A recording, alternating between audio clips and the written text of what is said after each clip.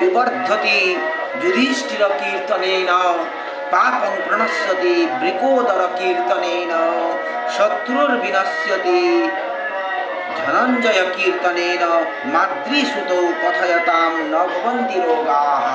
अपूर्व श्लोक, अपूर्व जिनिस आमि जानलाम जे बोलছে पंचपाण्डवेर नाम संकीर्तने, पंचपाण्डवेर नाम उच्चारणे विभिन्न আমাদের ধর্মশাস্ত্র কত উদার, মানে ধর্মশাস্ত্র বেদাদি পুরাণাদি ধর্মশাস্ত্র আমাদের ঢেলে দিয়েছেন। কি বলছেন যে ধর্ম বিবর্ধতি যুধিষ্ঠির কীর্তনেন, ধর্মরাজ যুধিষ্ঠিরের নাম সংকীর্তনে ধর্ম সদা সর্বদা বাড়তে থাকবে।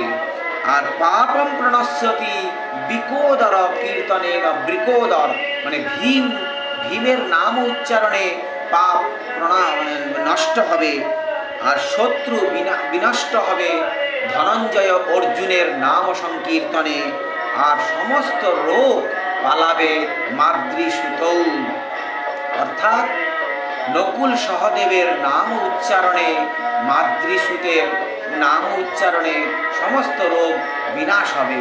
দেখো যে বেদ পুরাণ উপনিষদ এত পড়া আমাদের সম্ভব নয়, এক ব্যক্তির পক্ষে সম্ভব নয়। সেই জন্য তো সাধু সন্তদের, ঋষি মহর্ষি যারা সৎ ব্যক্তি আছেন তাদের নাম সংকীর্তন প্রবচন আমাদের শুনতে হয়।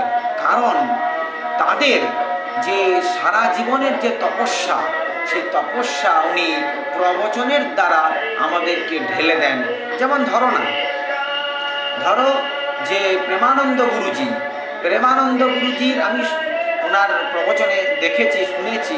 প্রেমানন্দ গুরুজির যে জীবনধারা, উনি 13 বছর বয়স থেকে প্রায় মোটামুটি 80 বছর বয়স, 13 বছর বয়স থেকে 80 বছর বয়স পর্যন্ত ওনার যে দীর্ঘ জীবনের যে অভিজ্ঞতা, দীর্ঘ জীবনের যে সাধনা, সেই সাধনার যে নির্যাস তিনি তার প্রবচনের দ্বারা বেদ উপনিষদ পুরাণ ধর্মশাস্ত্র রামায়ণ মহাভারত সমস্ত উজাড় করে দেন।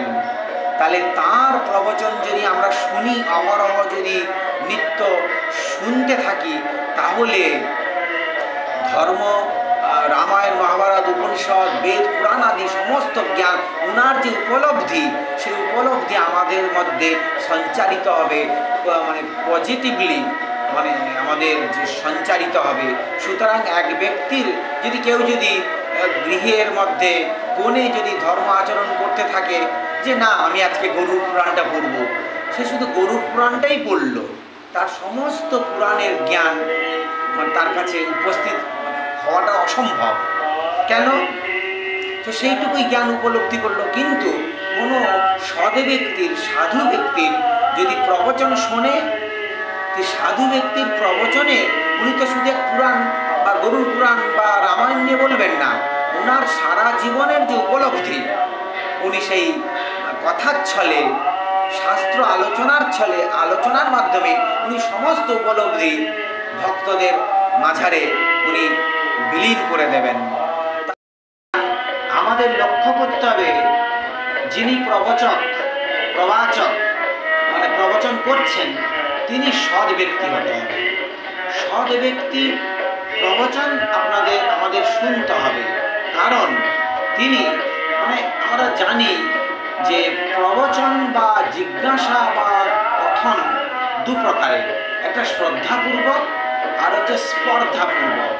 তো শ্রদ্ধাপূর্বক প্রবচনটাই আমাদের গ্রহণ করতে হবে। শ্রদ্ধা কোনো যিনি প্রেমানন্দ গুরুজি যখন বলেন ভক্ত সমাজে, তিনি শ্রদ্ধাপূর্বক আমাদের নিবেদন করেন।